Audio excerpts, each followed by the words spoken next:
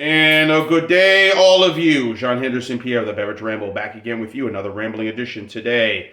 Looking at Lucky Streak Lager, or say beer, light lager, depends. 4.2% ABV. I want to thank Wayne, who sent me a can of this, 2 cans of this. I have the other can in the refrigerator. I want to thank him for that. 4.2% ABV. Now, usually when beers are 4.2% ABV, two things come to mind. Either it is a light lager or it is a light lager. So, but which is kind of low. But this is the latest offering by AB-InBev, Anheuser-Busch InBev, of course. So I think they were discussing this was going to be the newest offering from them. Made his debut in, I believe, they were talked about in 2018. I think that's when, 2018, 2019, when they made their debut. Mostly sold in parts of the mid-Atlantic states, Pennsylvania, West Virginia, I'm guessing, and maybe parts of Virginia as well. Maybe parts of New York State as well. So, anyway. Again, thank you, Wayne, for sending this, and I'll definitely be looking you out. So stay tuned, my friend. Stay tuned.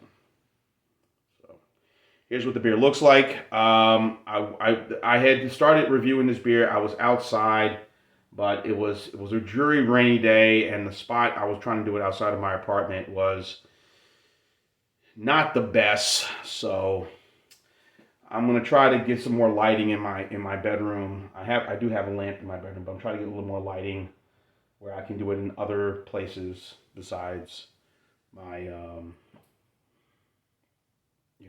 besides doing it here in my kitchen slash living room, everything. So yeah. But in any event, here it is. So being a lager or an adjunct lager, and I mean, Untappd gives it, as I mentioned, BRV gives it an 80 score. Untappd gives it a 2.75 out of 5 score. So they call it a golden ale. So here we go. How about it?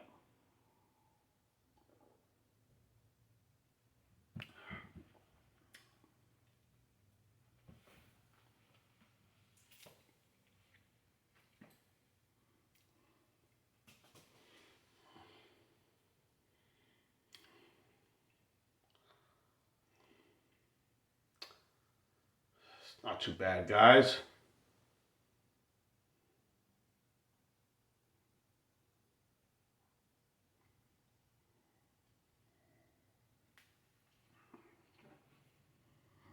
Not too bad at all.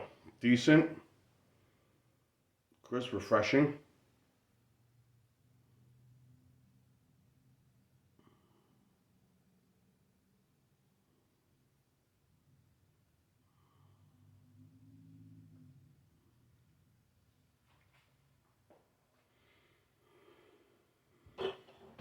And I'm kind of looking at it as that what it is a refreshing. I don't know what the amount is to pay for this beer. Whether they sell it in 12 packs or 30 packs, whatever. I'm guessing hopefully it's very reasonably priced, but like most. But this is something you will see at any bar or dive bar, or whatever.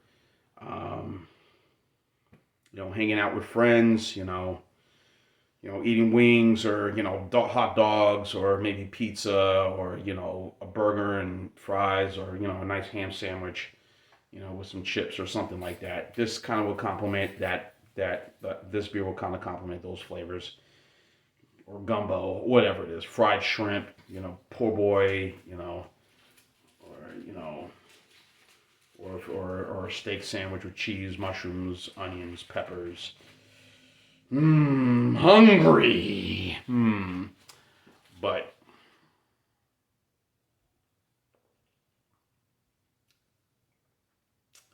not too bad. I mean, it ain't horrible, but it's good enough. Of course, AB InBev, Anheuser-Busch, of course, legendary Budweiser, of course, over the years.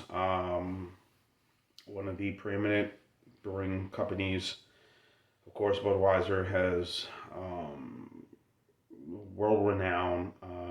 Many of the other offerings, some of their budget offerings, we all know of. Natural Light was their first ever light lager they introduced in 1977. That at that time was very premium, but now has become sort of their economic brand, but still doing gangbusters in terms of business and sales. It's still, if you look at the top 20 beers being sold in America, I would say about 12 of the 20, maybe 15 of the 20 beers being sold are owned by AB-InBev. So, well, yeah, take that back. I would say 12 of the 20 beers being sold, I would say, owned by AB-InBev. But things have changed, so I'm sure. Natural Light. Busch, been around 1959, made its debut. Budweiser Light, which now became Budweiser Bud Light, came out in 1982 to compete with the other light lagers. Of course, the first light lager came out was Gellerman's Light beer, which became Miller Lite in 1975, and then, of course, went gangbusters since then with some of their clever ads and promotions throughout the years. Again, at the time of people being very health conscious. So yeah, Budweiser's been around. Bud, Busch, their Natural Light, Busch Light. Their ice offerings, of course, they're extra strong. Their which was sort of the ice beer wars that came out. Bud Ice, of course, it came out in '94, I believe, same time as Ice House, which is a Plank Road brewery coming out, owned by Miller.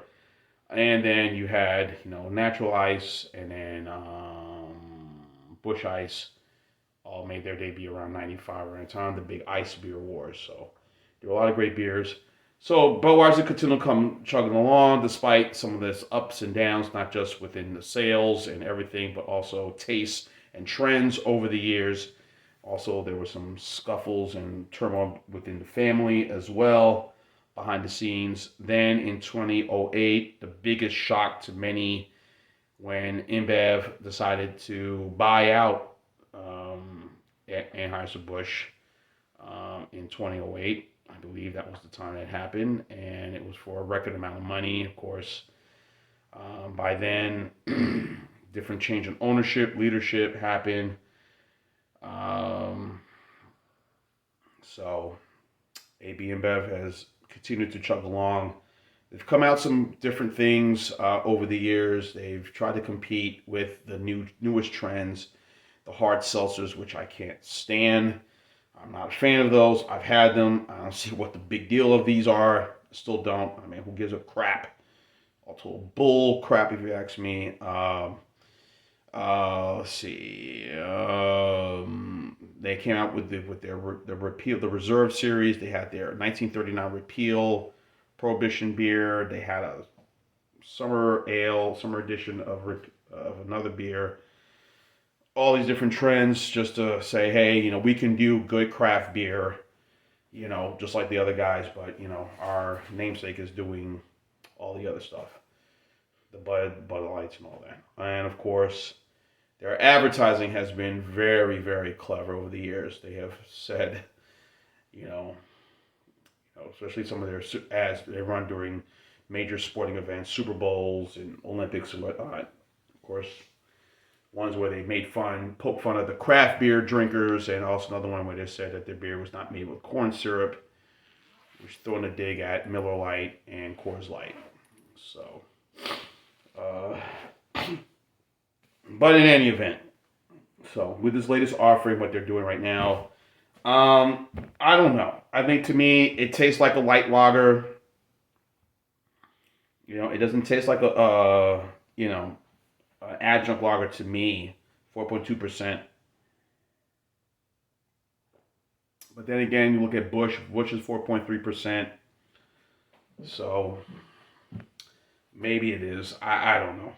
But I mean, it's enjoyable. I mean, I'm glad I get to try it. And again, thank you, Wayne, for sending me 2 cans of this. So I have another can in the fridge. I will consume that this evening. So yeah. So nothing really here that I'm gonna say. I'm gonna say woo excited, but say in between. So I'm gonna go B on this one. So this is a enjoyable product. Again, looking for what it is. Eating, drinking this with some, bag of chips and some, or popcorn, or like I said, the foods that I mentioned earlier, wings, burgers, hot dogs, whatever, so sausage. So really good. It's good, not great, but good. I'm going to go B, so there's going to be an 8.1 score, 8.2. So B for the Lucky Streak. Again, thank you, Wayne, for sending me 2 cans of this. Greatly appreciate it. Again, I'm going to look you out. So that's my score. John Henderson Pierre, the Beverage Ramble team. Keep on watching as always. Cheers, live, laugh, and love. Lucky, lucky, lucky. I'm lucky.